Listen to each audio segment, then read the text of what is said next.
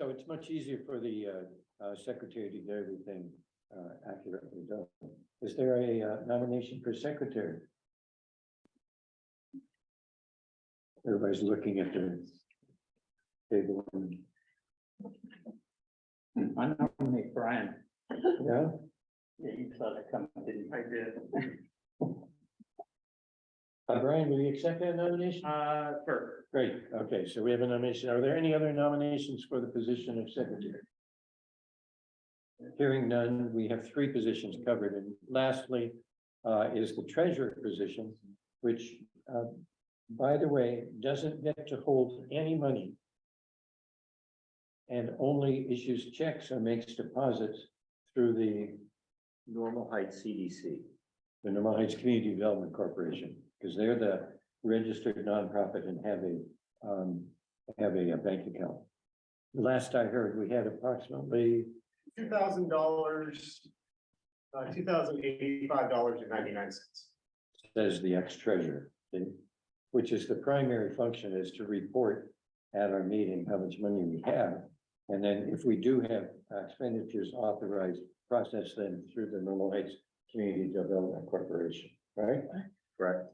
So do we have a nomination for treasurer? I nominate Brandon. We nominate Frances because she mentioned you earlier. Yeah, I think that's eminently fair. You really just have to say $2,089 every. So Frances, can you be trusted with no money? Great, so accept nomination. All right. So here's the deal. We have four positions and I have blank ballots. I recommend you either writing in the name of each person or just saying yes to the four positions. Does that make sense? Sure, yes to the All slide. right, so I'm gonna hand these out. These are all numbered and fingerprinted, so you know that if anybody thinks we're running any shenanigans, what they call it. Hang on, I gotta hand them out. The bylaws call for secret ballot, otherwise I would. Oh, hang on.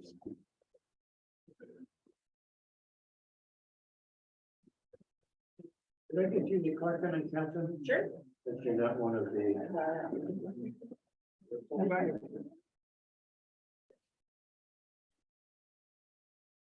So Emily's gonna collect your ballot and give us a count.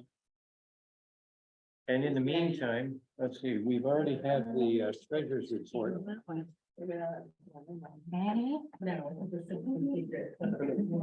I'd like next to referring to the agenda. Did you already bring yours in? I did. Okay, Yeah. perfect. Emily, Yes, one more.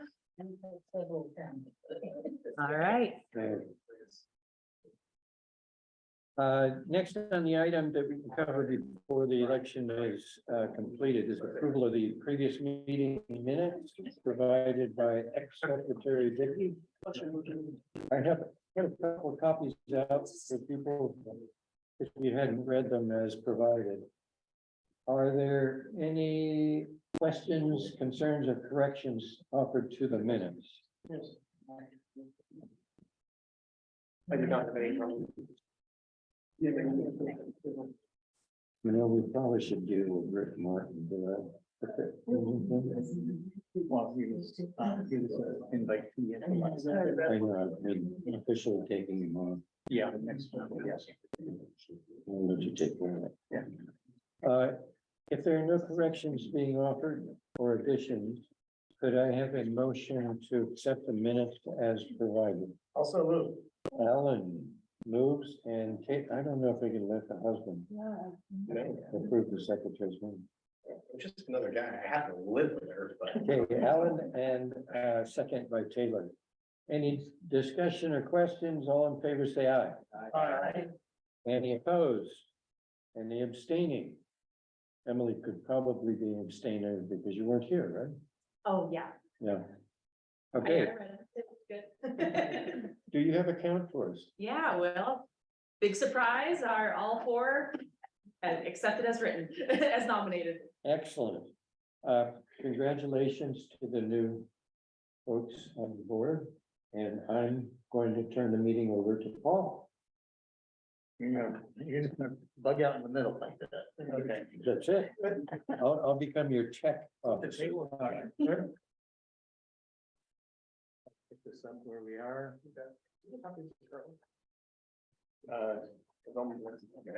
Up there. I have this one. Okay. Okay, so, have we done introductions yet? We did the board introduction. Okay, then the next is, any modifications to the agenda? Do we have any agenda modifications? I would like to suggest that we might deal with the board member who hasn't shown up for the last three meetings, Ricky Marin. Perhaps we could officially oust. Yes, from the membership. Perhaps under action items, Okay. right?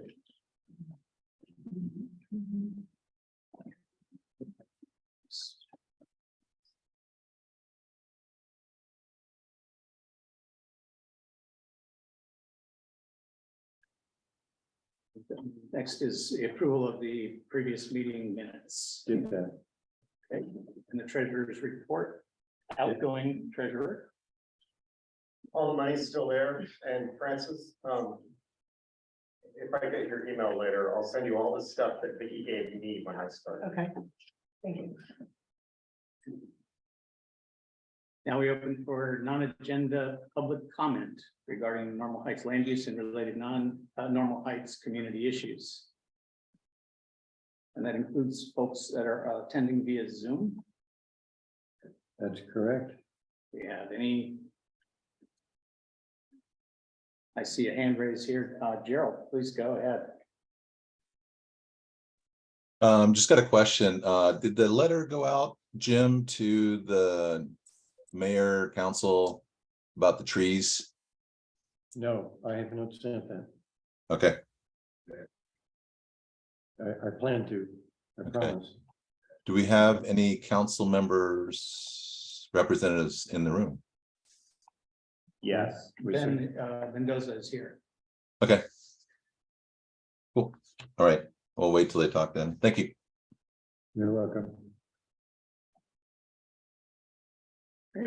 There's no other comments. We have anything on digital communications monitoring, Nextdoor, Facebook, Instagram? Okay, we'll delve into that later. Mhm. I think Vicky usually did that. You might want to have somebody new to keep an eye on it. Okay. I think maybe we'll have our marketing strategy should include that. Okay.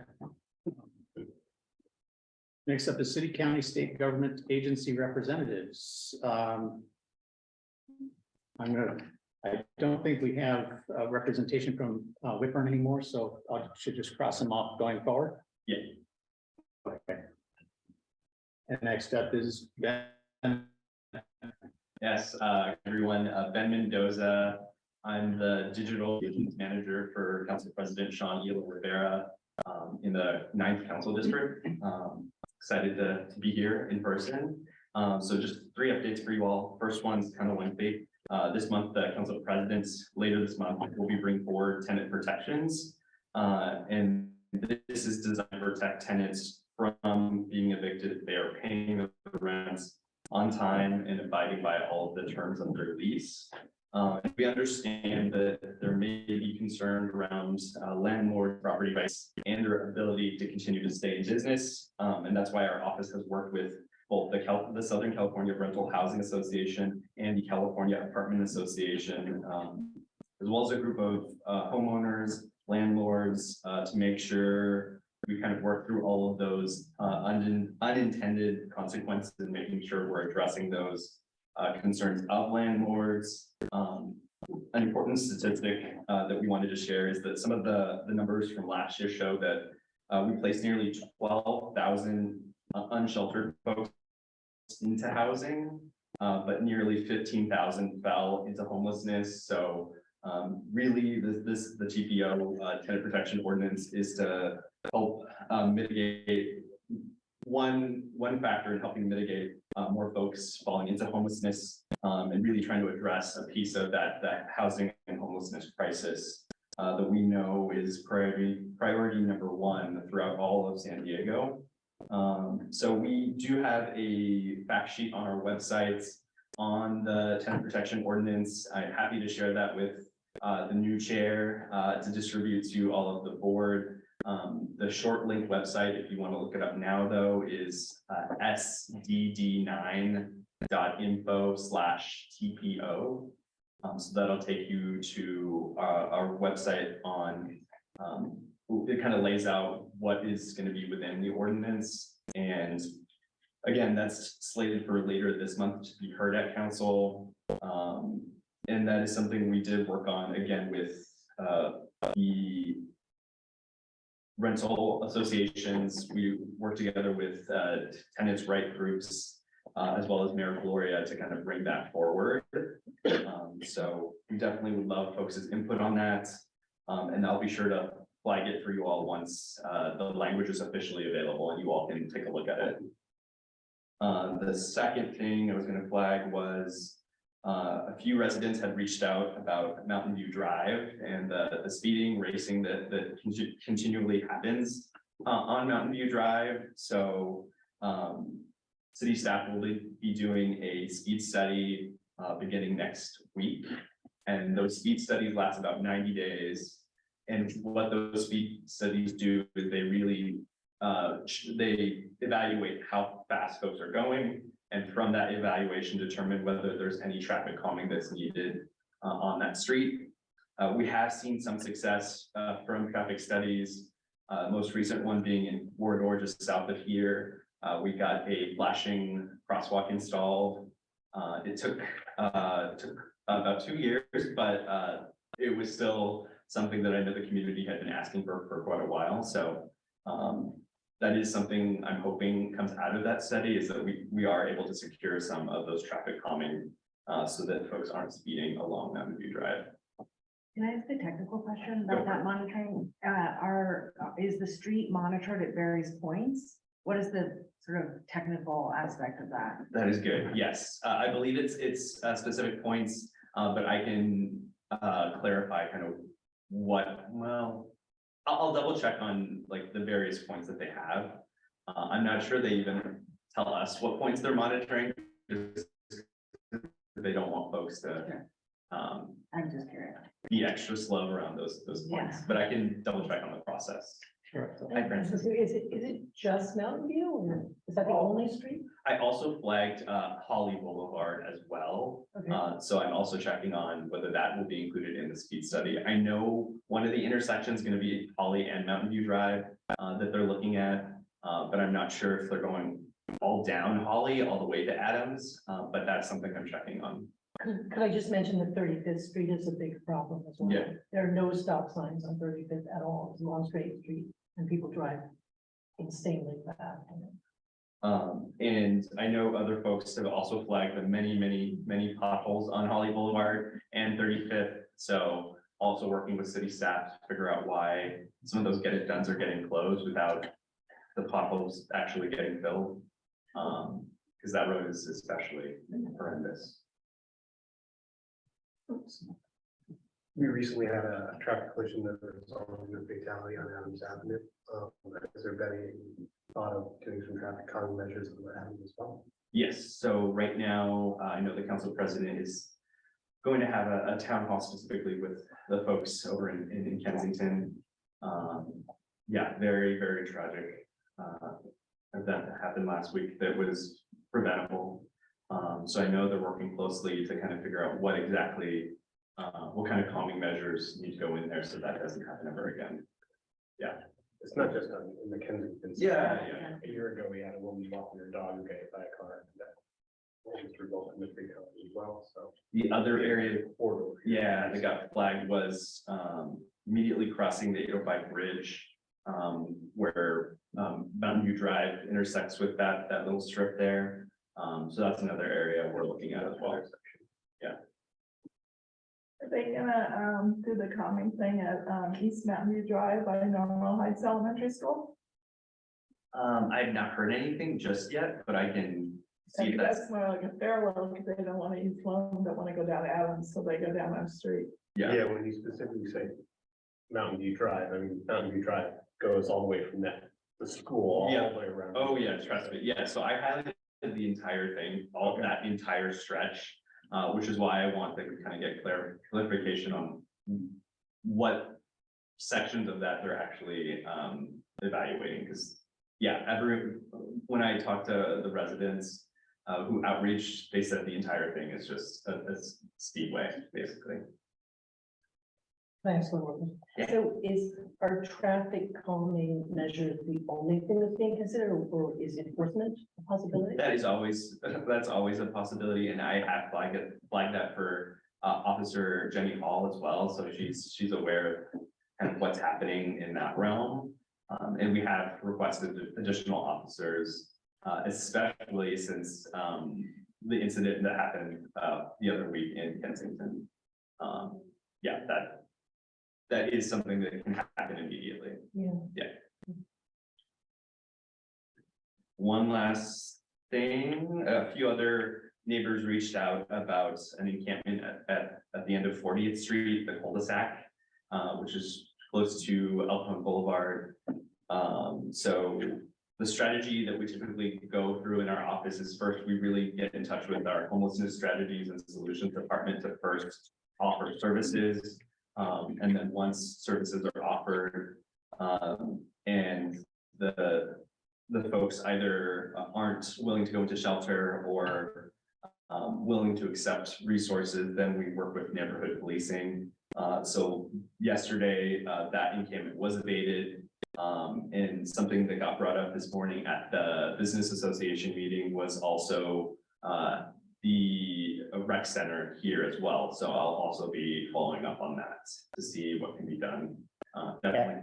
So we refer to that area as Adams Park. I think that's what it's called. And south end of for you? No. No. What Ben just moved into, he said the rec center, so 35th and Adams, there's a little Right, mini park, Adams Park, yeah. Encampments there, and the rec centers is also used as part of the encampment, the Yeah. rec center steps. Yeah. Shelter. Niche.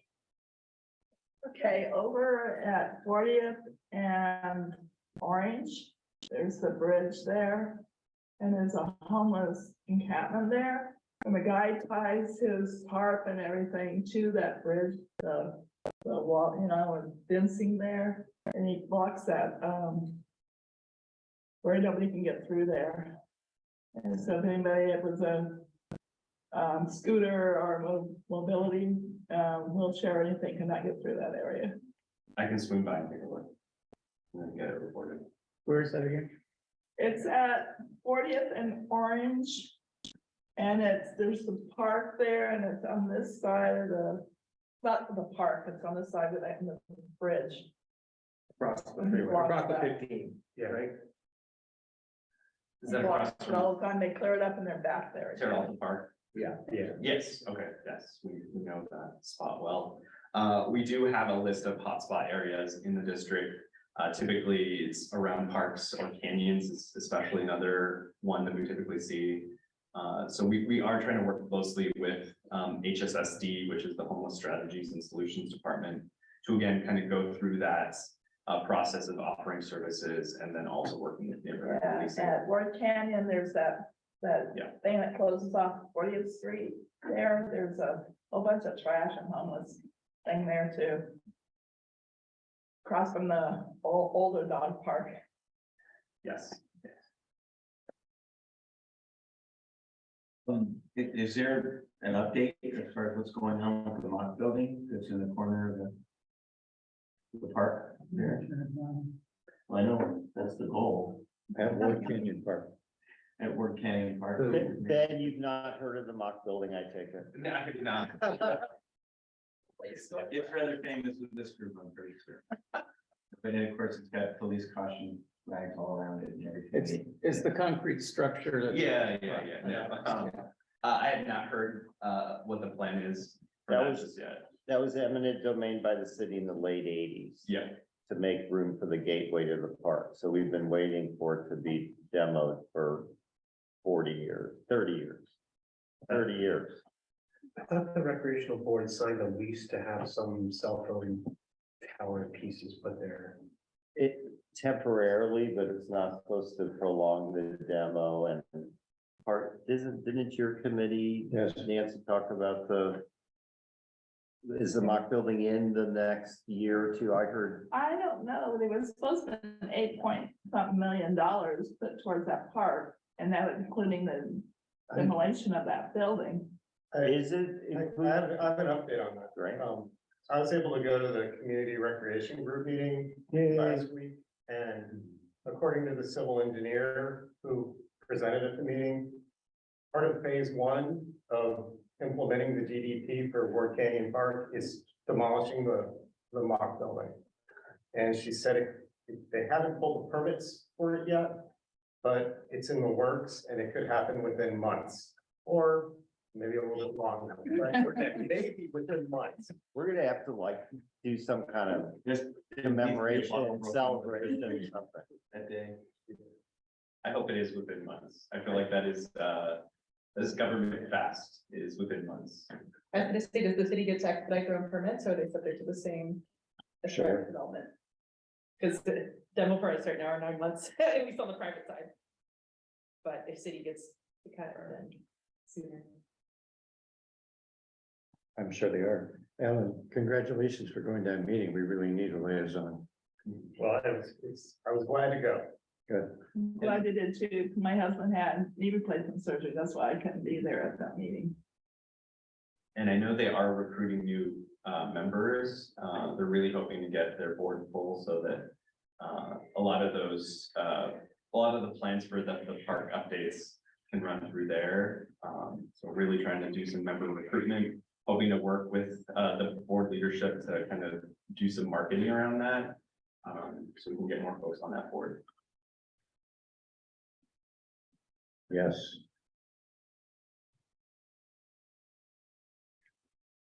A question about the tenant evictions. Are you getting pushback from any organizations on that? Because it sounds like one of those easy, everybody loves it kind of bills. I think all around, I think with the protections that are getting put forward, I don't think anyone's getting everything that they want. So I think all sides are kind of trying to push for more. Both the tenants' right groups, the housing association groups, all of them are kind of pushing folks one way or the other. So I know, yes, there's still pressure. So it's not a slam dunk. And we're still trying to work with, we'll still be working with the other council members once the language is released on kind of what that final language will look like. So once it is in, on the dais, really anything could potentially happen. Sure. Is there any particular geographic hotspots that this centers around? Because I know that, you know, north of Adams is probably not so much, but we have a lot of apartment complexes south of Adams. I don't know if there's other districts or there's other areas within your district as well.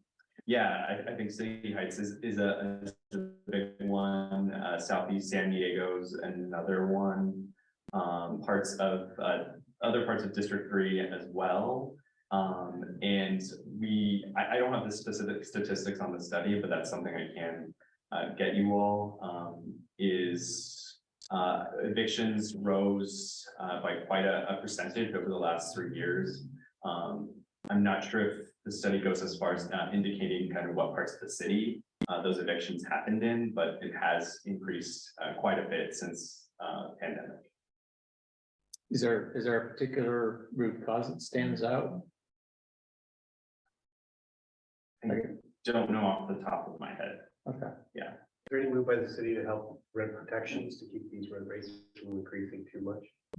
That's gonna be part of the tenant protections, yeah. I have one other question. How many times a year can they raise the rent? Believe it's, don't quote me on I know. this. I believe it's only once, but it's, they can raise it by 10% every. But that's only if you have an annual lease. If you're month to month, they just, you have to give you like things like 30 or 60 days notice. They can raise it. If it's Raise it and then onto them. 1 year lease and then after that it goes. Yeah. My experience. I've been in my building since 1974, I think it was. And I have the lowest rent there, but they're renting that same place for $2,400. Yeah, I moved into my place in Corridor 10 years ago and it was $800 for a 1 bedroom, which is amazing. It is not that anymore, because we've slowly raised it every single year, but yeah, exactly. Because if they raise it a lot, I will be out in the street. To go back to Paul's question, it kind of relates to that. I know that is one instance that got flagged for us was folks who evict because they're doing renovations. And sometimes they are legitimate renovations. Other times it's maybe a coat of paint. But once they get folks out, they can then reprice that at any cost.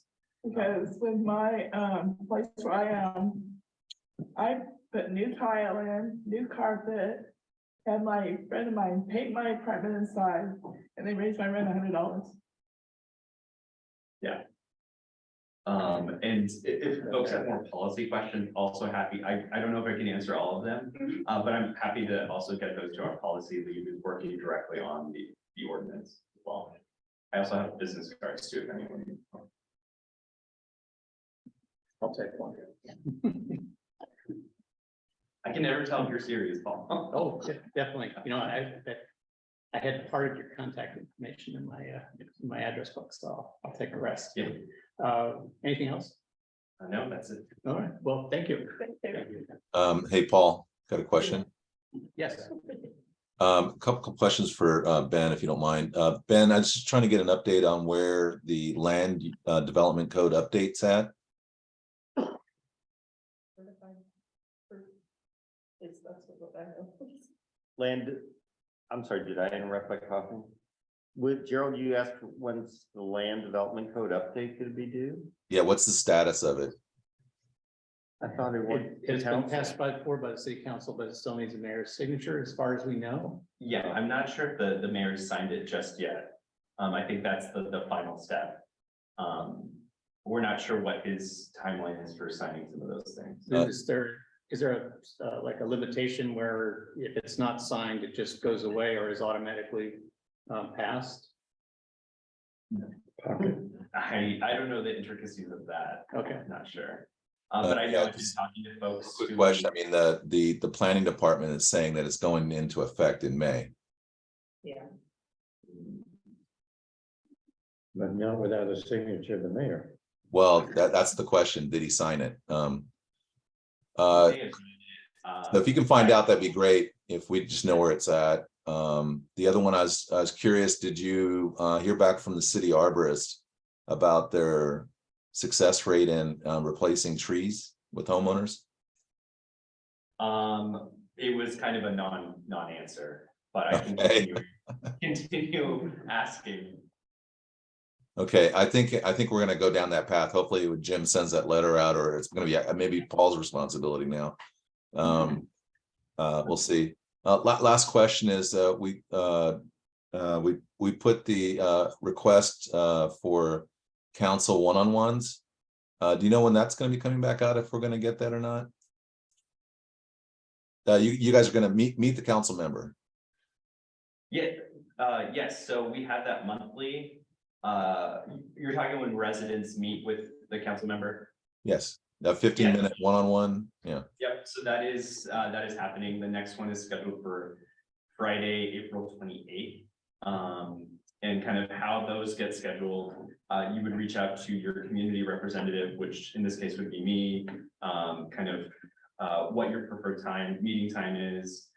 There's an option for either virtual or in person. Location is to be determined. The physical location is to be determined if you want to meet in person. And then yeah, you get 15 minutes to talk with the council president about what you're seeing in the neighborhood or concerns that you have. And Yes. I might be there to take notes just so I can follow up on things. But yeah, those are available. Okay, yeah, I sent a request. I think Paul did too. I don't know if I haven't heard back. Yeah, so those, the wait time on that typically is, we submit the requests and then our director of office administration follows up the week of or the week before.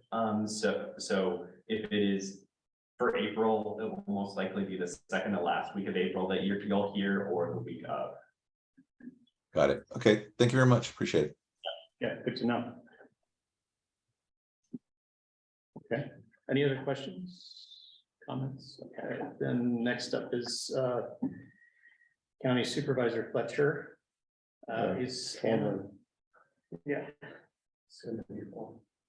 I don't think he's actually out yet. He's not out right? I I think thought so. Oh, yeah. He resigned. Did you have a representative from his office? Otherwise, No. No, okay. We have somebody who's taking Burns taking his place right now. That's with them. Yeah. Is there a representative for Senator, State Senator Atkins? Nope. I worked on her car today. Okay. I usually add those so that people have a way to contact me.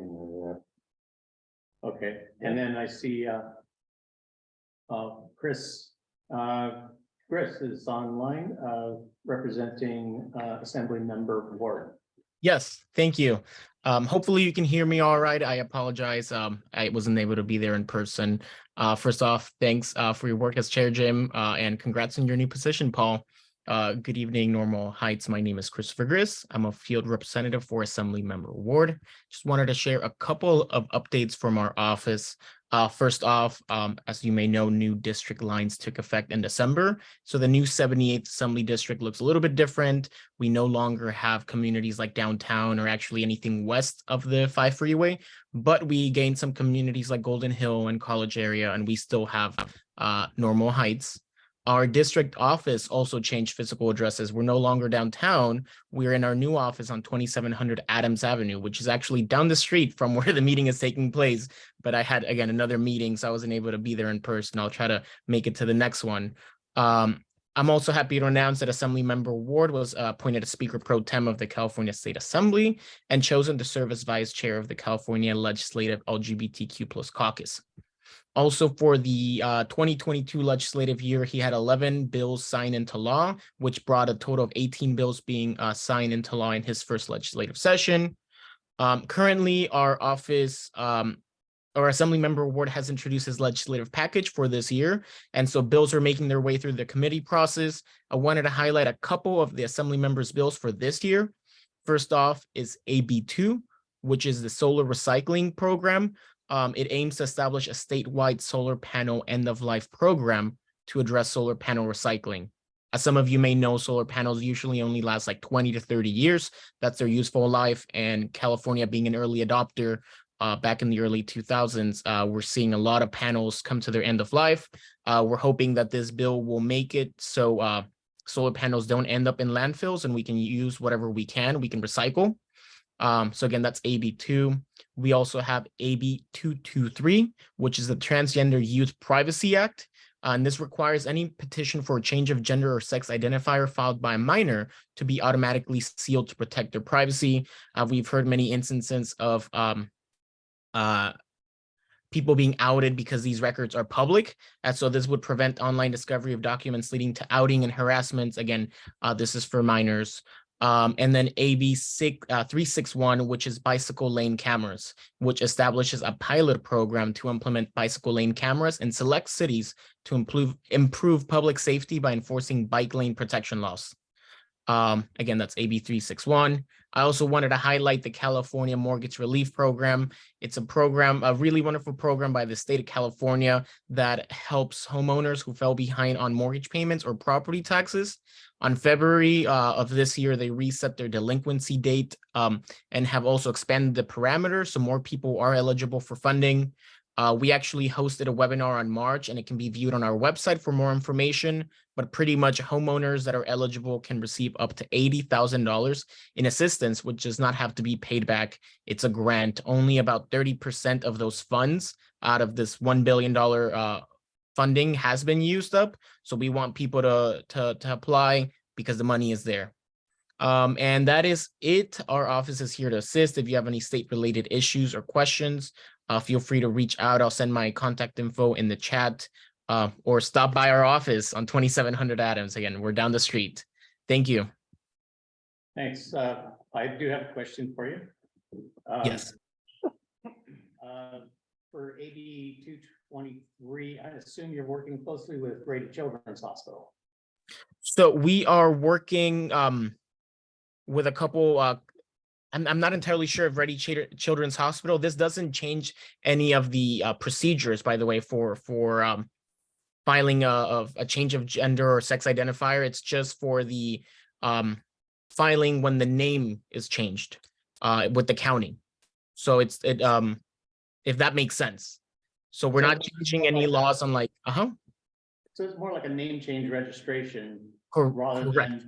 rather than medical records. Correct. Yes, that is. Let me read really quick exactly what we have here. So yeah, this bill does not change parent authorization being required or changing vital records for those under 18. It just the recording of it by the county. So it's not public. So it can't be accessed by any people that want to do harm or want to harass or bully the people that already went through the processes. But I can send you the fact sheet if you have questions, and I will check to see again if Rady Children's is involved. I don't think a lot of medical professionals have weighed in on it because it doesn't have any medical procedures to it. It's more of the recording of the process.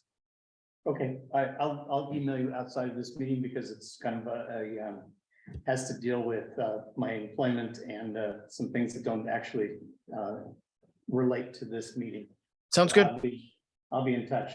So just speaking as a citizen there. Thank you. I'm also curious about you said bike lane cameras. What is that? So yeah, so bicycle lane cameras. So this is an idea. It's like a pilot program. So there would be select cities that are willing to install these that would look at the bicycle lanes that are already installed and see, if there's any people breaking the law, so we can, review that footage, whether it be vehicles parked in the bicycle lanes that are obstructing traffic, or if there's anything breaking bicycle laws. Again, it's just a pilot program to see what we can enforce in bicycle lanes. Again, if it's the bicyclists breaking laws or if it's vehicles.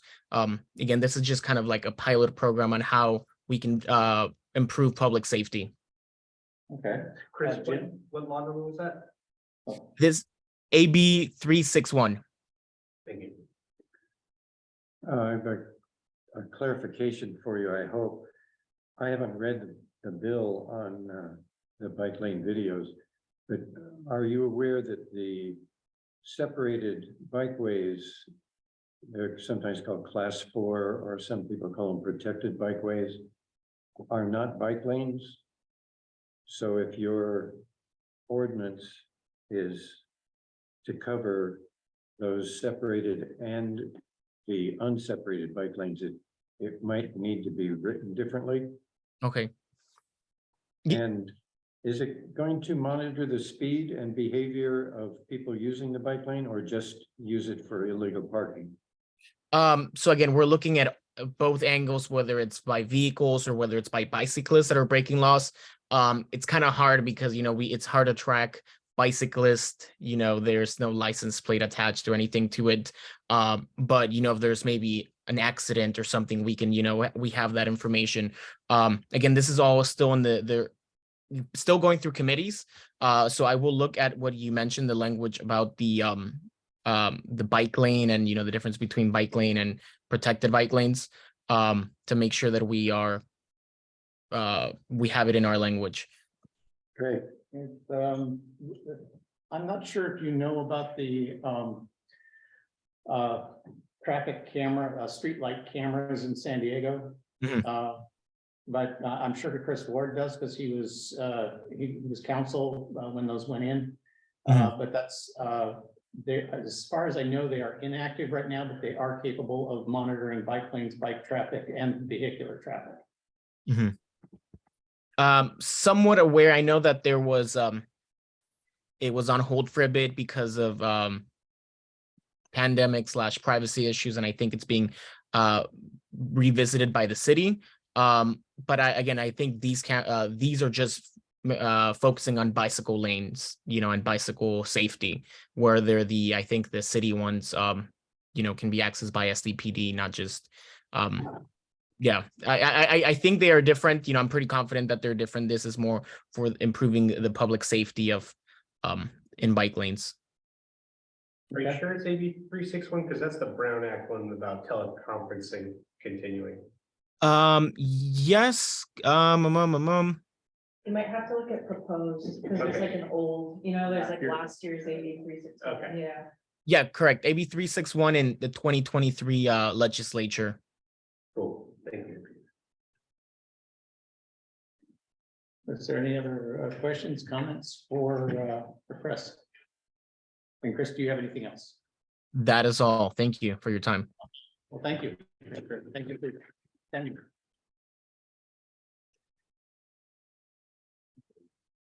Next up, we're gonna skip over nomination and elections since we've already done that and move to, shall we staff a booth at the street fair?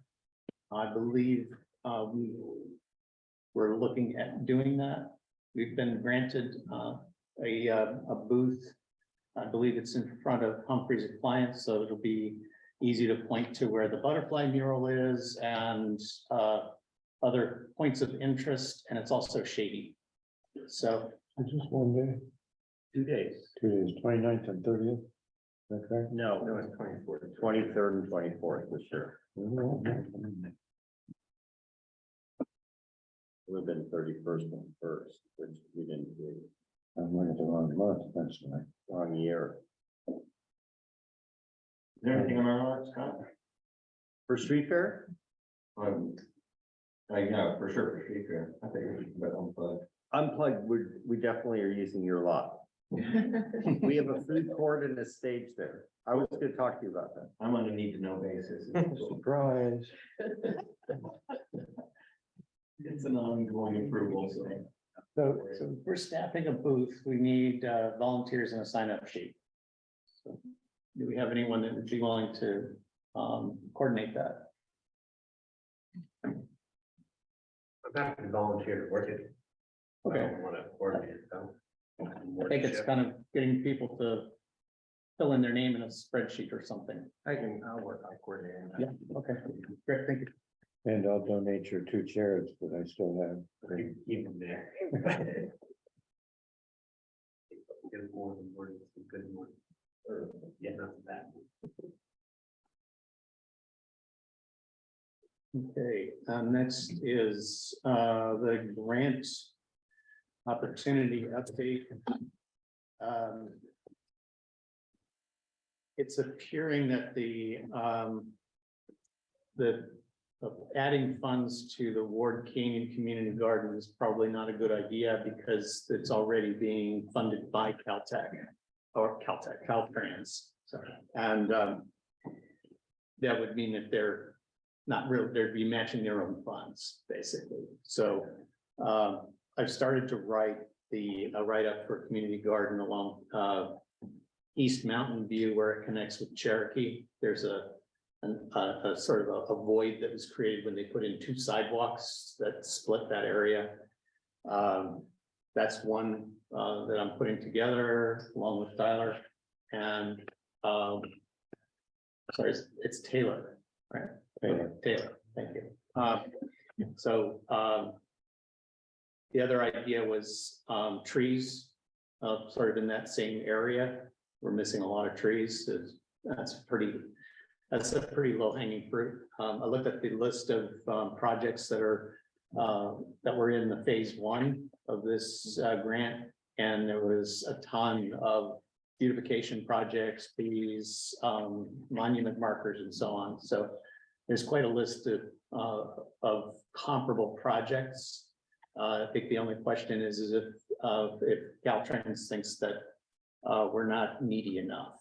But I think that with the amount of funding that they have, we have a good shot at getting some minimal amount of money, especially since there's really not too much listed in San Diego for distribution of funds. Most of it is being spent in Northern California and Orange County and through the valley. So I think we have some good geographic leverage. Paul, has there been any outreach to the people that actually live next to those properties? Because I know there's a new resident who just moved in there not too long ago. Well, the residents lived there for a long time. We might want to just let them know that things are happening in the front yard that maybe or maybe not, they don't own. Right.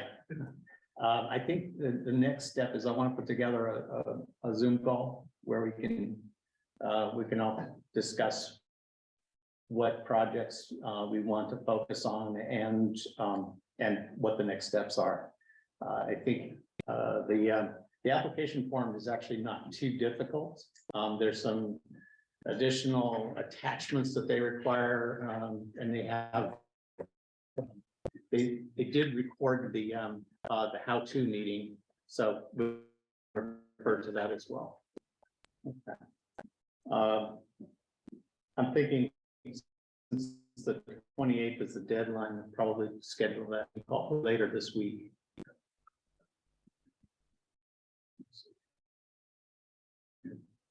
Next up is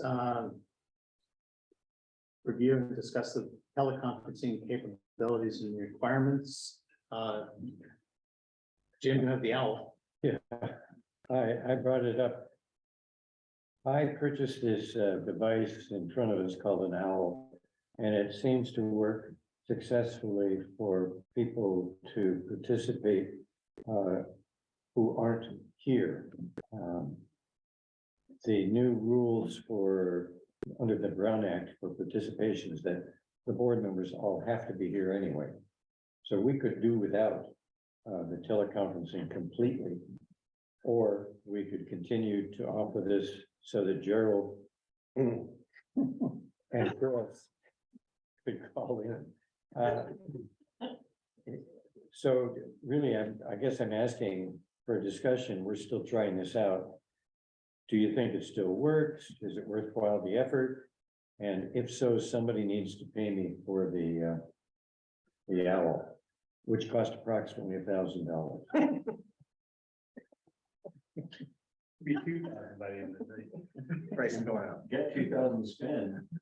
Yeah, one of the thoughts was that the Business Association and Kensington Talmadge Planning Group, who all meet in this same space, would share the cost of use. But I haven't heard that there's large interest in allowing people to participate via teleconference or not. No, the business association said we would pay for a third. We're on record on that one. Okay. Great. I would like to make a motion that we purchase the owl device from Jim and use it to start promoting increased attendance by the community, especially for those that don't have those that have accessibility issues. I second that. I think that by allowing people to come in online, we're going to increase our reach to the community. Okay. So any further discussion? Well, we probably want to work out where it's kept, some kind of way of responsibly keeping it available for everybody. So perhaps Scott and I could work on that. And hopefully if we can get Kensington Talmadge to be a participant. So do we want to make a motion also to reimburse Jim for the cost from our treasury from like for a third of the cost, the business associate pay a third? David was unclear whether or not Kensington was going to pay for it. How much was it actually? I'll have to come up with this, an actual invoice. I think it was 1,031. Right. It's in that range. It's available on Amazon if you want to look it up. So anyway, could we purchase it and then seek reimbursement from the other two entities?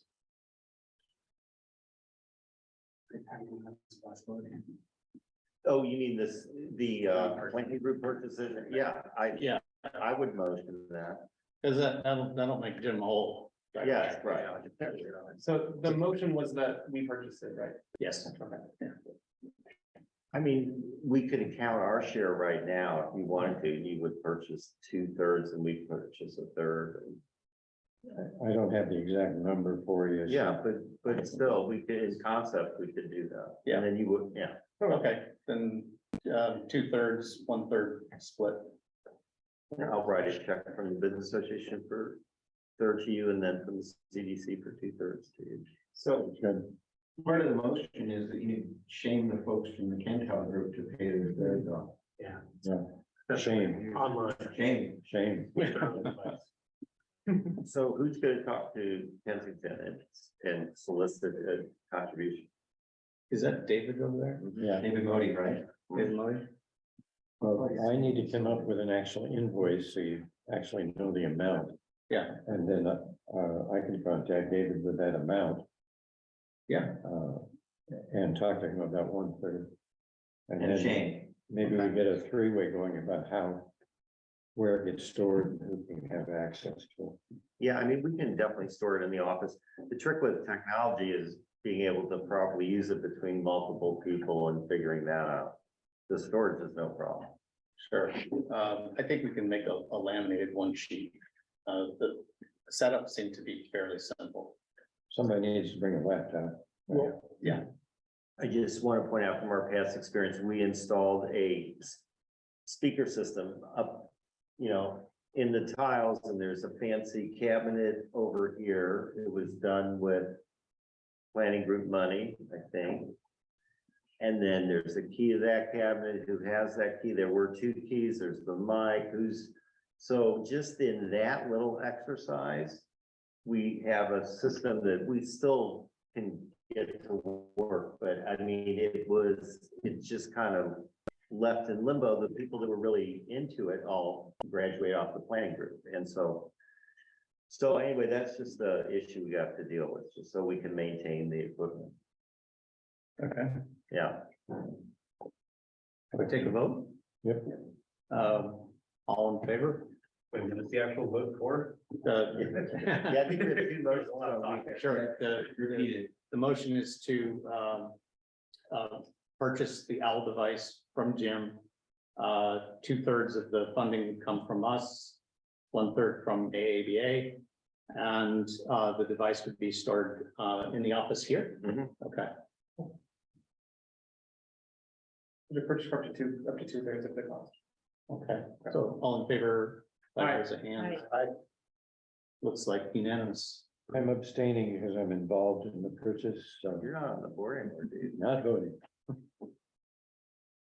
I want double. Congratulations, Gerald. Woo-hoo. You sounded a lot like an owl right there. Yeah. Hoo-hoo. It does say who, when you turn it on. Yeah. Okay, next up is the NHCPG strategic plan. And this has to do with our internal organization.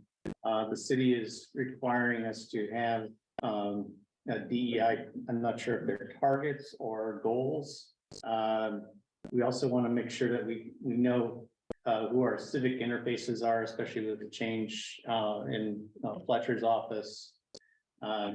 Just in terms of getting all that coordinated. So I'm not going to spend a lot of time in the meeting for this, but know that I am going to start a conversation in the email thread and some Google Docs to start getting our ducks in a row for the new year. Okay. I do have some handouts for DEI program. I'll go over that because that seems to be of immediate concern, simply because we have an annual report that's due to the city and we should include something about DEI in them. So that- Remind me what DEI means? Diversity, equity, and inclusion. So, this is not something new from the city. This is already part of the bylaws in Article 3, Section 2. That we need to represent the community as, we need to reflect who's in the community. So, program elements is that we would define our requirements for compliance. And these are all self-governance. So the city's not asking us to do this. We're going to do it proactively. It's the right thing to do. We'll report both the community and the board demographics. We already do some of that because we track, who's a renter, who's a homeowner, but there are some other aspects of that that we need to address. I'll skip ahead to the compliance recommendations from the city is to use the data surfer sandag.org as the source of the demographic data, and that's sourced from the census data. So it's pretty straightforward, and they've actually made it pretty palatable, easy to kind of get at the data. So right now, you can see the race chart here on the lower corner. We're lacking in Hispanics. That's probably our the biggest demographic that we should be targeting to get involved. And I don't know how that happens. Typically, the Hispanic population does not want to get too involved in civic affairs. Traditionally, they're a much quieter group than others, but making materials bilingual and so on can help that. And like, I just, as a guy who lives across the street, I can tell you there's a quinceañera here every weekend. great, bring them over. I'm just saying that, if there's flyers on the walls or whatever. It Yeah. seems like, at least welcoming, We had this discussion, maybe a year ago. Same discussion. We talked about the tenant base here in the hall. We talked about our outreach, through our social media. We have 30,000 followers, and if Facebook, Instagram gives you demographic breakdown of. So the business association offered to, if the community group constructs messaging, we will put it out there. And we will hang flyers in the hall here. We have about 800 people using the hall a month from the community. And that includes the kids from Global Visions, who are as diverse a student population as I've seen in the mid-city area. A lot of them live out, so their parents are here. So anyway, there is a intersection through the community center of, like Mike says, people in the community that we don't market the center, and we have 90% Mexican-American clientele that rent from us. It's just the word of mouth. So they have a positive experience here. And we have to design messaging that resonates. Yeah. Right. Yeah. Right. Okay. And Mike's wife maybe could help us write something. My wife knows the word taco. She's Mexican, but we go to Mexico and they always speak to her and I answer. Right. So the other demographics here are age. We're the 55 plus community here is about 20%. That's where I fall. I'm 56-ish. You wish. And then housing, I was surprised by this. I had thought that we were much higher owner occupied rather than renter occupied. But that kind of makes sense when considering the density that occurs south of Adams. So those are the things that we need to be cognizant of in our messaging and our community outreach. I have a question, Paul. This is what is the boundaries that this is looking at here? Is it actually of our planning group boundaries? Is it a census tract? Do we know? That's a good question, because the city, on their site, they took the census data and then put that as Normal Heights, which we are comprised of census tracts 17, 18, 19, 20. Okay, so the city tried, okay. So they did is they merged that data into neighborhoods. Okay. Yeah. Interesting. So again, this is something that we need to have probably an email discussion, and I don't know that if we want to form a formal committee at this point, or if we want to have offline conversation about this All the working groups, and we don't have around that claims. working group. Okay. So I guess, do we want to form a working group? And if so, who would like to be on it? All right. Scott, anyone else? Scott and Jim? Jim? Sure. Okay. And do we have anyone on the phone who's interested? No. Okay. Gerald. We do accept, members of the working group can be from the community and not just from the board. Right, yeah. Unfortunately, I can't add any more workload at this point until school's over. Track days for high school kids. And school's over Yeah. in June. Then you're down. Mid-June. Is there anyone you'd like to throw under the bus? I mean, volunteer? Okay. So might outreach to the community association? That sounds like a good idea. Yeah. Okay. So right now we have 3, so that'll get us started for a working group. Let's move on to Mike. Has suggested that we formally invite Sean Rivera to the May meeting. And Ben's going, really? What? We just thought that it would be good to have a two-way conversation. We could bring our visions and goals, and he could bring his visions and goals, and we can see how they mesh. And that, of course, is pending his calendar. Yeah, so happy to submit that request. He will be actually at Adams Elementary until 6:30 on the 2nd, which is, I believe it's the 2nd, the next meeting, correct?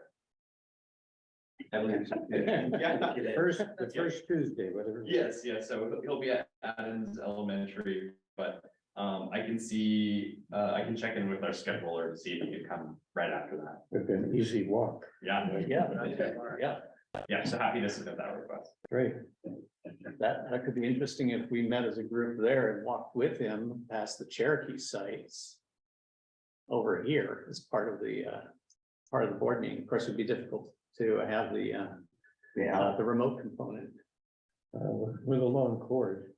Oh, yeah.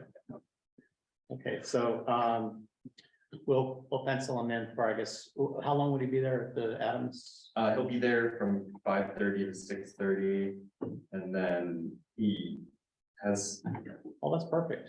something blocked up for travel. In terms of traveling potentially to another meeting, but I'll double check. Since he is so close, I imagine I'm definitely gonna push for him to drop by. Excellent. Yeah. So the way the question is worded, it's a question for the group. Should we vote on that? Like, shall we invite them? Yeah, actually, I think there was a letter drafted. So, shall we formally, and I guess, I'll make a motion that we formally invite Sean Rivera to the May 2nd meeting. I'll second The second is from, The beacher. it. I think you got me. and any discussion? Gonna take it to a vote? Looks unanimous. We'll send you a formal invitation. Okay. Some nice heavyweight bond paper, gold letterhead. Save a tree. I was so floored when you gave me that last month. I wanted to add an item. Okay, No, oh, yes. Rick Martin. Yeah, so next up, let's deal with Ricky Warren, who has been a no-show member of the group. And at this point,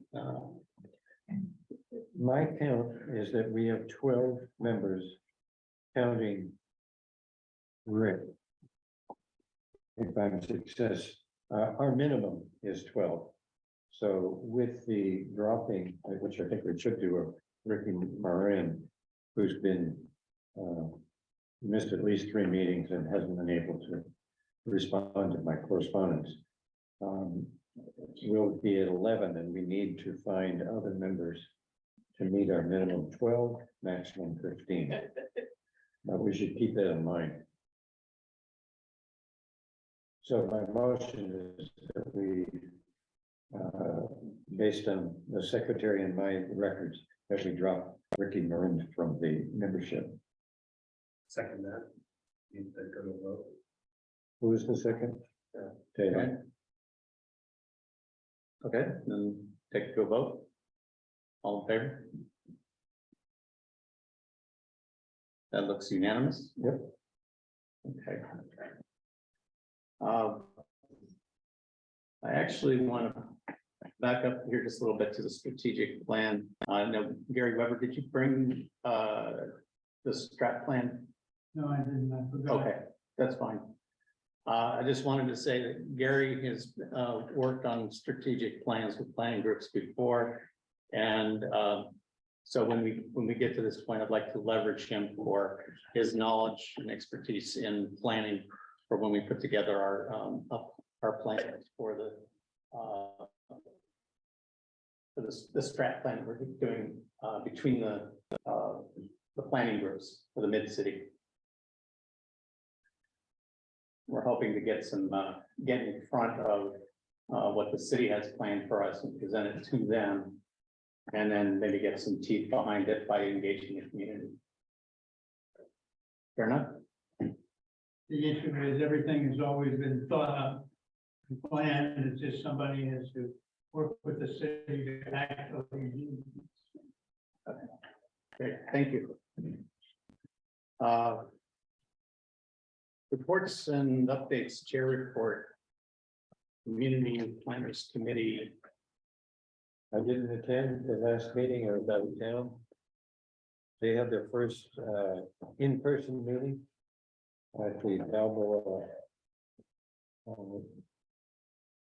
The Balboa Park meeting. In any case, so I don't have any report. Do they do minutes? They do minutes, but they usually don't show up until just before the next meeting, Oh, okay. like ours.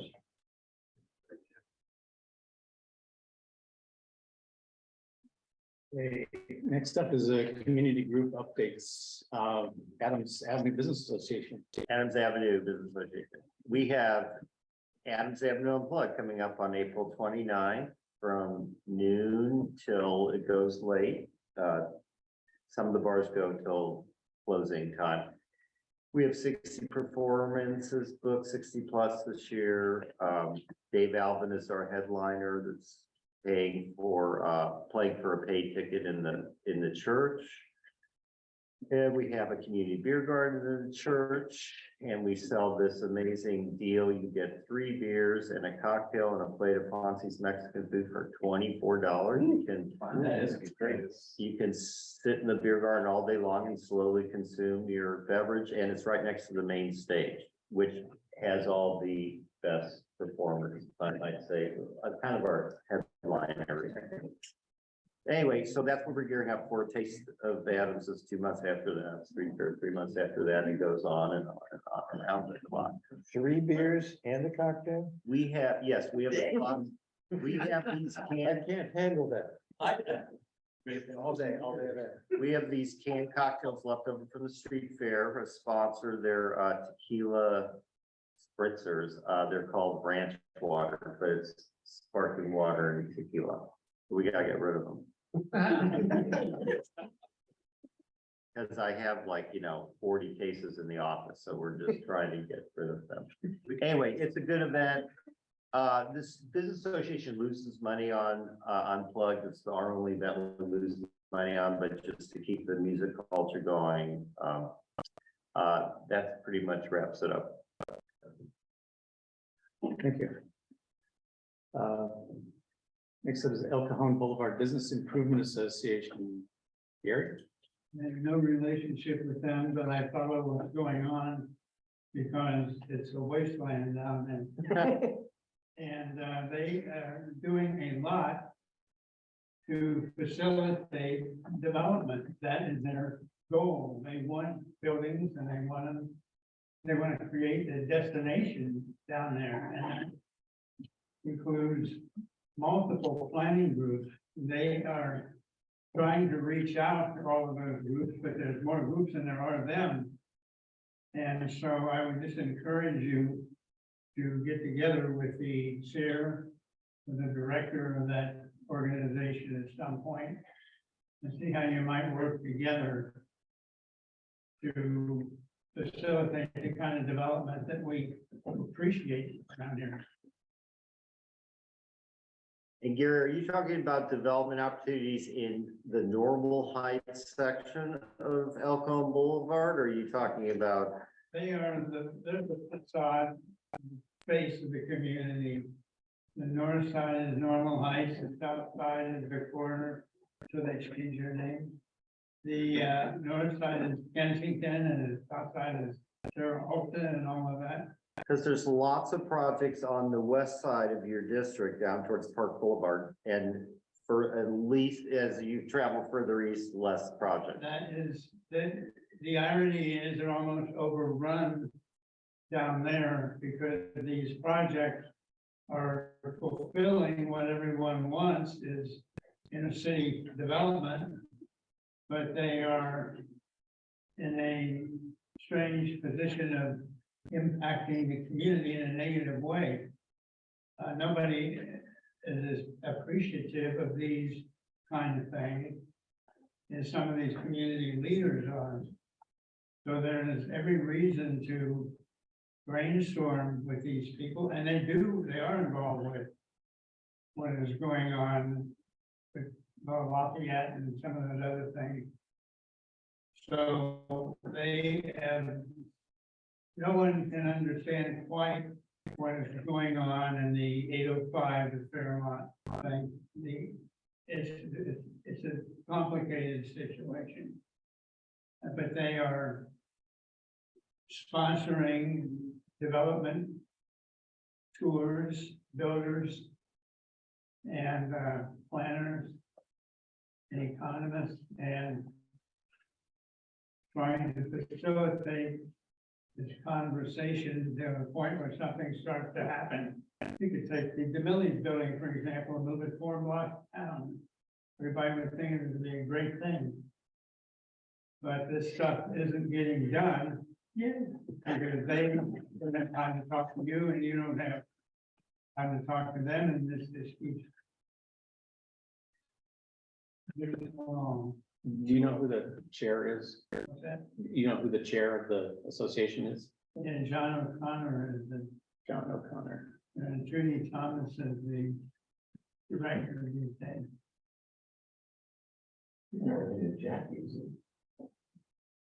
By birth. No way. Okay. Yeah, Jackie O'Connor was the chair of the association for a long time, through its formative years and all that. And her son was a little kid who used to run around in a baseball uniform. He's now building high-rises. He grew up and has replaced his mother on the board and is active in development in the area. He's been involved with a couple of projects so far, and has successfully tied up the corner, our corner, Boulevard Transit Plaza. Because that is going slowly. Okay, thanks. Do we have representation from Normal Heights Community Association and Normal Heights Urban Arts? Yeah, I'm still on the community association, so you guys, I talked about this last time, but on this Saturday, there is a exciting first annual egg extravaganza happening from 10 to noon. Happening here, catered for young people, children, from ages 3 to 10 is what we're catering, even a little younger than 3. We'll have eggs and crafts and a lot of cool stuff. The RSVP for that, the link for that is on the poster, and it's also on our social media to get the RSVP, and we are planning on closing it tonight. So if you know of anyone who you think would want to come, please have them RSVP. This just helps us plan. We'll make sure we have enough eggs and enough crafts for everybody. Otherwise, if you just show up that day, it's going to be challenging for us, and that would be that's why we say RSVP. That's it. Is there a cost? No, it's free. We're doing it because we really want a cool event for the children in our communities. So there's no cost. We're splitting the bill. And then we'll have a mixer in May, and I don't know the exact date of that off the top of my head. I think it might be May 15th, a Wednesday, and location DVD. Next. Yep. Next up is Adams Community Recreation Advisory Group. It was not there. I was there, so I can talk about what they talked about. The main thing was the Lord Canyon Park. Lydia Marshall is the assistant civil engineer who's working on that. Let's see, they've started phase 1 of the GDP implementation. So they are currently negotiating with Caltrans to acquire that far east end. So the negotiations are starting. They've retained a landscape architecture firm, and they're actively working toward demolishing the mock building. They expect phase 1 to take about 1.5 years. And then after about 1.5 to 2 years, they're planning to engage with the community again for further input on specifics of the implementation. And they expect it will be another 2 to 3 years before you actually see any construction going forward. Apart from the demo of the mock building, which she's thinking is going to be much sooner than that.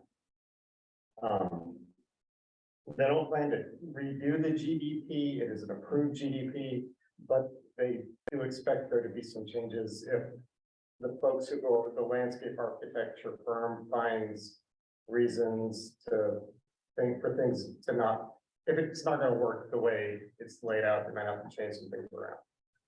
But so that was basically, and they really do want people to join. I think they have 5 members currently, and they need more than that. And they only have 1 officer right now, and they have 2 more officer positions. So anybody you know who is like a user of the parks, or somebody who wants to use the parks or loves parks, they really want people. They need them for this GDP to go through. Put an effort if you want anything to change. Al, I have a question. Is it 8 million that came from the state? That's 5. I thought it was 80. I thought it was 8. Is that money all for planning, or there is any of that money for improvements, or? I do not know. The actual 8 million wasn't discussed at this meeting. Do you know who the landscape architect firm was that they had? Oh, they said the name, but I didn't write it down. Yeah, just curious. Good news.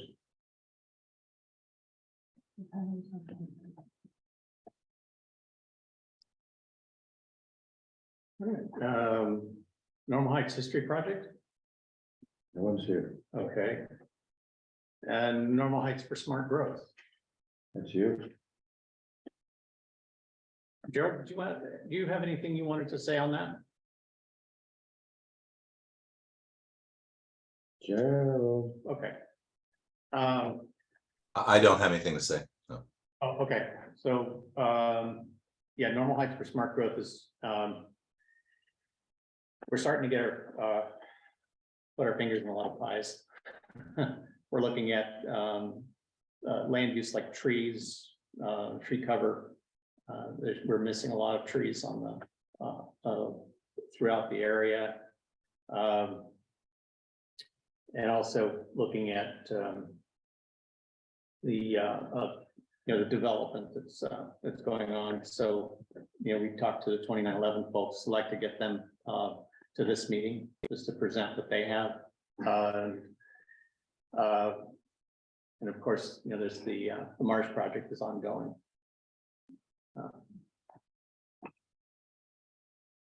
Okay. Well, just with regard to trees, I'm sure you're already aware, but with the new CAP checklist requirements for new development, if they can't provide their urban canopy on site, they have to do it, I think, within like a half mile. So that could be an opportunity if there is new development coming forward that cannot meet their on site. It could, I'm sure, good they to know. appreciate the help of directing them to places in the neighborhood that could use the trees instead. Oh, that's fabulous. Yeah, Yeah, I think it's half mile. I can email you and let you know. I can't remember off the top of my head. yes, but please do. Yeah. 'Cause I'm really just kind of starting from scratch here. Gerald brought it to my attention that, we're missing trees and he had investigated that when they remove a tree, they don't put one in. I grew up in Sacramento. We had a tremendous canopy and every tree that came out was automatically replaced by the city and maintained by the city.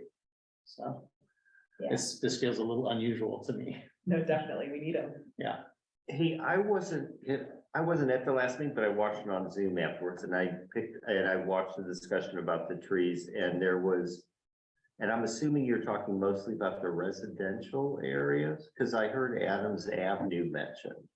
Yes, anywhere that there's a strip between the sidewalk and the street That's is called, yeah, the Parkway. Parkway. That was another term, yeah, you guys were struggling with last time. So the Parkway. So we have, our maintenance assessment district, I administer, we maintain 418 trees. We have them on an app. Okay, And we replace maybe 2 to 3 trees a month.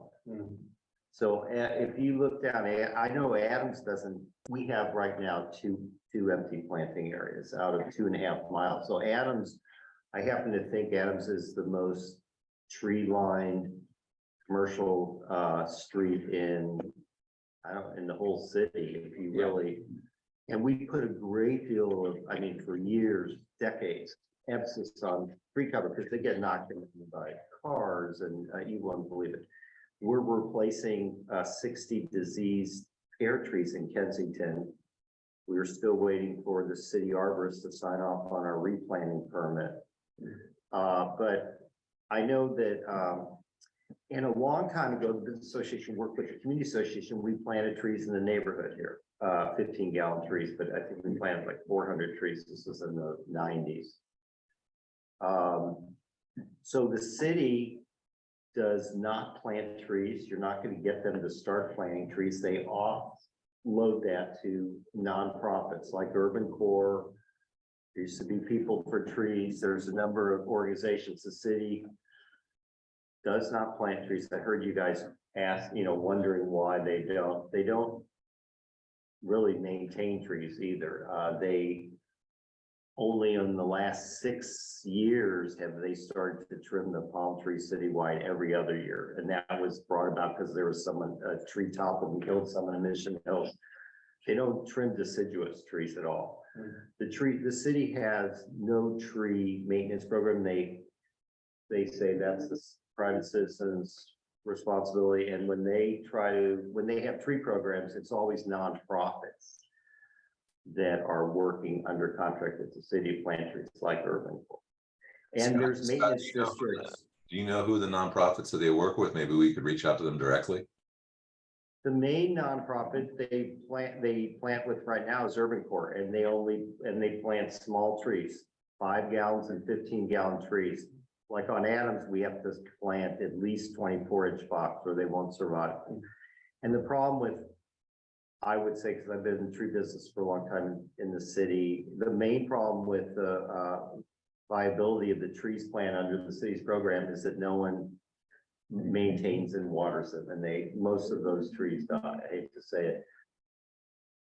There are 16 bids that manage and plant trees on their own, business associations like ours, but even Park and Rec.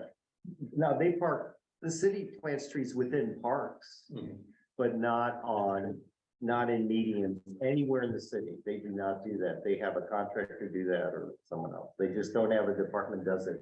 The arborists are in the streets division. So anyway. Hey, I'll make Scott, sure. hey, Scott, real quick, a Yeah. question on, do you guys also hire the people to do the trimming on Adams?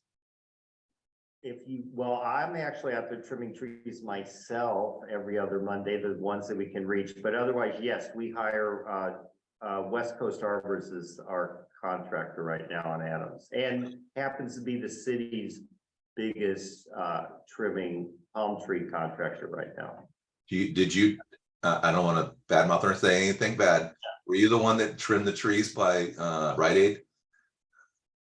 No, so the city's rule is, like, even if I go to trim trees, I have to pull a permit. So Rite Aid hired someone that just came in without a permit, trim those trees, but I'll tell you even worse example than that is the Masonic Lodge. Because they've complained that they don't like the fruit falling off the tree. I just saw them hack 4 podocarpus. They cut them basically so they don't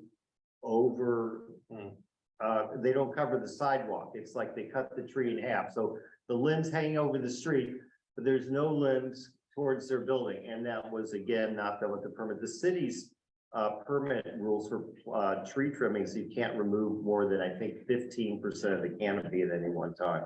Well, that's what Rite Aid they did out there. They basically exposed the entire sidewalk. Oh, you mean they trimmed from the planter towards the building and removed those branches? Yeah, so basically you look up, you see sky now. There's no branches. I will go down there and look, because I drove by that, and from the street it looked okay, but I didn't walk on the sidewalk. Thank you. Yeah. And in the past, when billboard companies, or there's only one, has come on Adams and illegally trimmed our trees so that the sight lines are approved, we got the city to fine,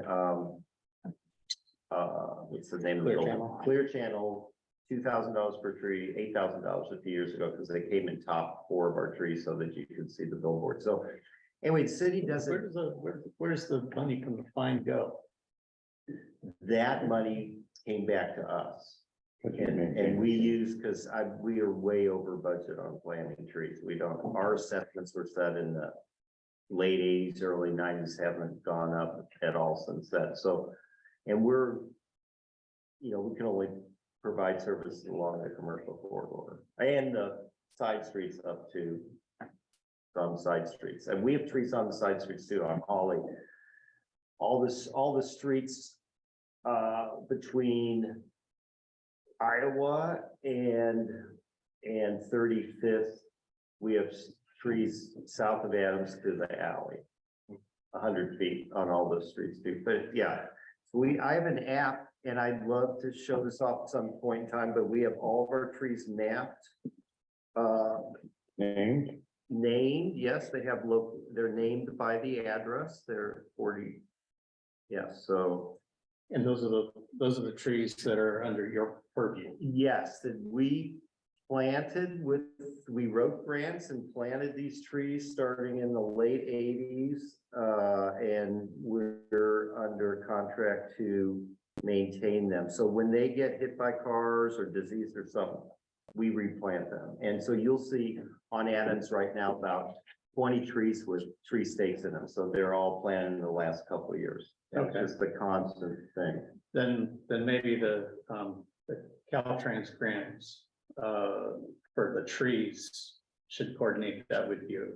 Well, like for Kensington, the trees we originally planted in Kensington in the early 90s were done with a grant from Caltrans called Ice Tea Grant. They paid for canopy cover close to the freeway, and I would work with you if we can plant in Kensington. I mean, that's gonna cost us I think like the only 40,000. place we can plant under the Clean California is around the Ward Canyon Park in the, it's 18.2 in the census tract. How far from Ward Canyon? Up to 35th, but not across 35th. But how about across 15? No, Not across 15. Madison South, right? Oh, Madison South, okay, yeah. Yeah. Well, whatever. Yeah, it's bounded by the 15. You can go a little bit north of Adams, 35th to the west, and then south, I think, as far as Mead. Yeah. So primarily for residential. Yeah. Yeah, well, the residents need more trees, I hate to say it, than Adams does. How do you handle this in terms of, you get the trees planted? In terms of the maintenance part, like that's essential, right? To be able to have it watered regularly and trimmed occasionally, like how does? I assume this grant would not cover us for 5 years to do that. You get what I'm saying? And It's, challenge. the grant has an end point in the future, and maintenance can be part of that. Okay. So it could be built in, or you plant the tree and then contract to have it watered for a certain amount of time as part of the grant. I mean, I think that's essential, obviously. Yeah. And I just want to share one other nonprofit is Tree San Diego, that does a lot of plantings and have a program to provide Okay. to residents, I guess, I'm trying to say.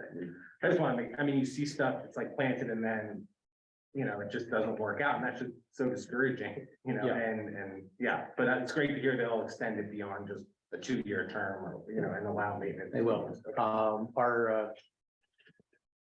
Our income level for the area requires a 50% local match. And that could either be governmental or private. Long term, right. Yeah. Thanks for that reminder, yeah. And I looked it up for new development. If they can't do it on site, it has to be within a mile of the new development. Okay. Or they have to pay a fee that goes into a climate resilience fund, so maybe it might be, I mean, this is all pretty new, but it might be worth looking into. How do we get money out of that climate resilience fund to plant trees, maybe? Yeah, well, the maintenance, at least in the city ordinance for the cap, it's like, they pretty much say, make the owner of wherever you plant the tree, enter an agreement with them, basically, yeah. So the maintenance is definitely a big problem. Okay. I guess a question I would have for Ben is how difficult would it be to get the city to actually have a tree maintenance department?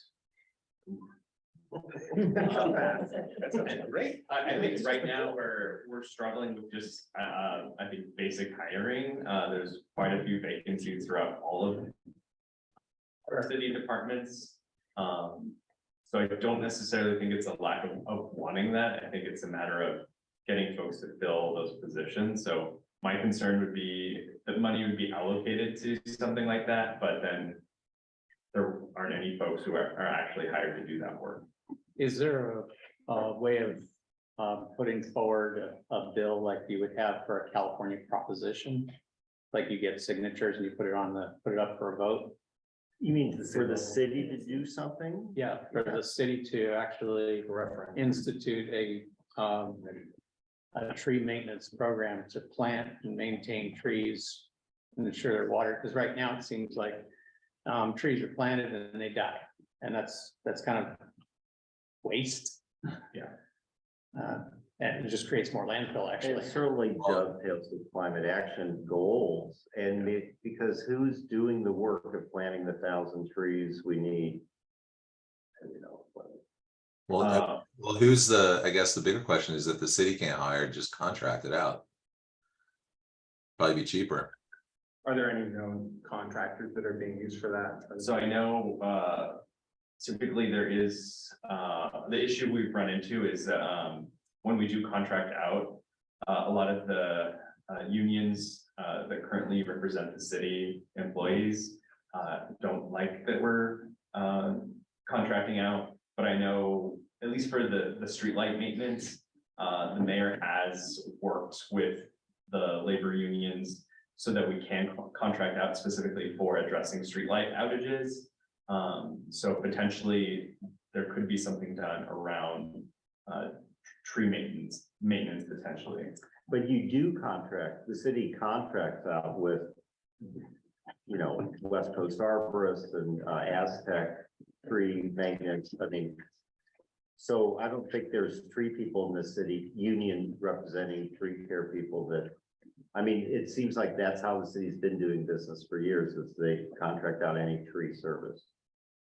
Although Storm, like with Storm a couple months ago, I've never had a city crew come and they stood up one of our trees like the wind blew it over the stake. And so they weren't like tree people, but they were storm crews that just had the right tools to do that. I was totally amazed.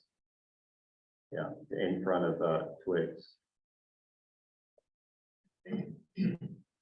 So the other thing is one of the, I can also check in with our policy lead for rules committee, because typically a lot of the electoral propositions that you see in the city go through, or at least, yeah, for the city go through rules committee before going to full committee.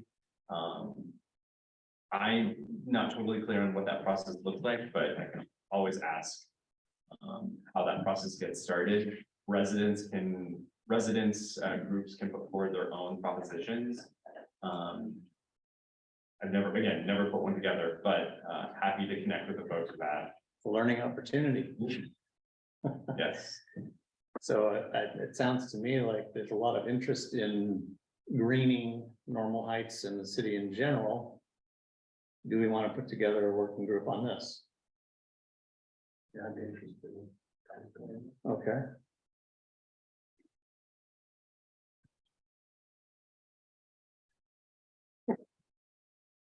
And the city does have an arborist, correct? One for the entire city. Fabulous. We'll issue a subpoena. Yeah. Is there a forestry map? I thought there was one. Because I remember entering in the tree that sits on my own property into a tree database of some kind. And I thought that it was going to be mapped, but it might be just a like spreadsheet inventory. I'm not sure. Might be the county, because I know there's a there's a data.gov site which lists every tree in California. It's on public land. I tried to use that for something. That's why I happen to know that, but I don't know if it's a city thing or if it's county thing. Trouble is, I've never been able to find that data set again. I think the city But- got a viewer. They don't, Okay. they did at one point. I know that we keep losing tree coverage percentage. And every time they measure it every few years, It goes the down. trees are disappearing in San Diego County. I know about all of the coverage for like streetlights, sidewalks, streets, all of that, but I imagine there is probably one for I feel like I've trees. seen it. Yeah, I so I can can- do some digging. Same. Okay. Sounds like you're on the working group. Okay. I was gonna say, because I could also look at, because tree canopy is a huge part of the cap update, so I'm happy to kind of see what was in the final draft of that. To kind of like, because that's maintenance is the big problem, you would hope. I was on the cap working group, so I'm like, oh, I was hoping that maybe we had some policies in there, but Well, maintenance of newly planted trees Yeah. is a problem. I don't know about maintenance of older that's older ones, trees, the new ones, yeah. because they kind of maintain themselves. I hate Yeah. to say it. We So put it's water in about our, yes, we quit watering our trees after 2 years. There's plenty of water in the ground. We never, Oh, yeah, okay. yeah. You just, some areas of Adams, we quit watering after 6 months because there's standing water like a foot down and it's the trees, and I have to change species because the trees are sitting in water year round, so there's planting trees is not easy to soil and the growing environment, whatever. So you have to be dedicated. So you go and pluck someone and you knock on the door, say, hey, can we plant a tree here? Will you water? And they say, sure. And then doesn't happen. Yeah. Right. So, I am interested in knowing more about, the big picture. And that if we can do a citizens initiative to get something citywide going. But I think it's gonna start here with the working group on tree cover. Greg, Emily, myself, did you want in on that? Not this. And Gerald, did you want in on the working group? That one, I guess I'm already doing work there with you, so yeah, sure. Cool, thank you. We can use your map. We just need to hire about 3 more Pauls to OCD the map canopy coverage. I think Scott's information is gonna add a lot of accuracy to that as well. There you go. No, I'm just using Google aerial and just dropping pins where I thought there was a tree missing.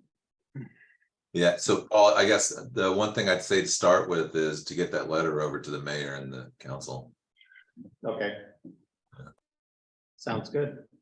Let's move on, it's getting late. Versus. There we go. Sorry. Standing and working groups and pending issue reports is needed historical property review. There was anything this time when I did contact with staff, Save Our Heritage organization who gets the same information from the planning department. They didn't see anything either.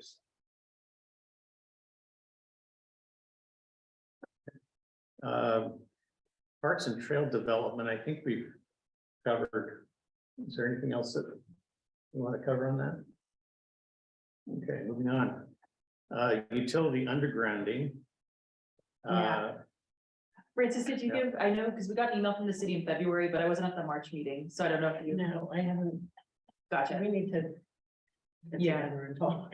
Yeah, I mean, basically, because we received an email from the city in February, basically saying that everything that they've done to date is behind schedule. So there's the 4 census tracts. They said 1 is at 90% design, 2 are in project development, and the 4th is in project allocation. And then there was kind of a roundabout answer just saying that they need to reassess their budgets and reassess the money, and that once they have new dates and timelines, they let us know. So I think now that's usually, to me, not a once a month update, that's a every other month I poke. So now it's April, so we'll poke, and hopefully, I think we need some dates and some numbers to. Are you really getting get enough going. transparency from your contacts?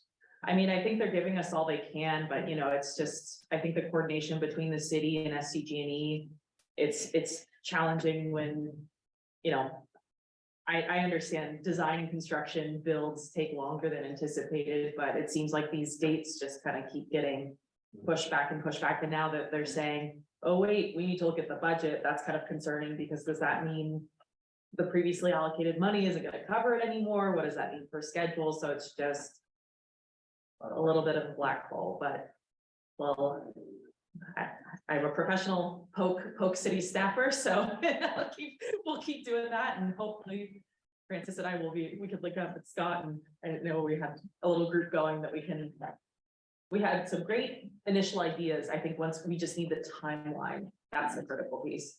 Okay. Yeah. Okay. Thank you. Last item here is the traffic issue task force. All right, I think we've discussed it. Okay. Well, Thanks, Ben. Also, I found the tree canopy map is part of the cities, which I've never seen before, so happy to send it to you all. Yes, please.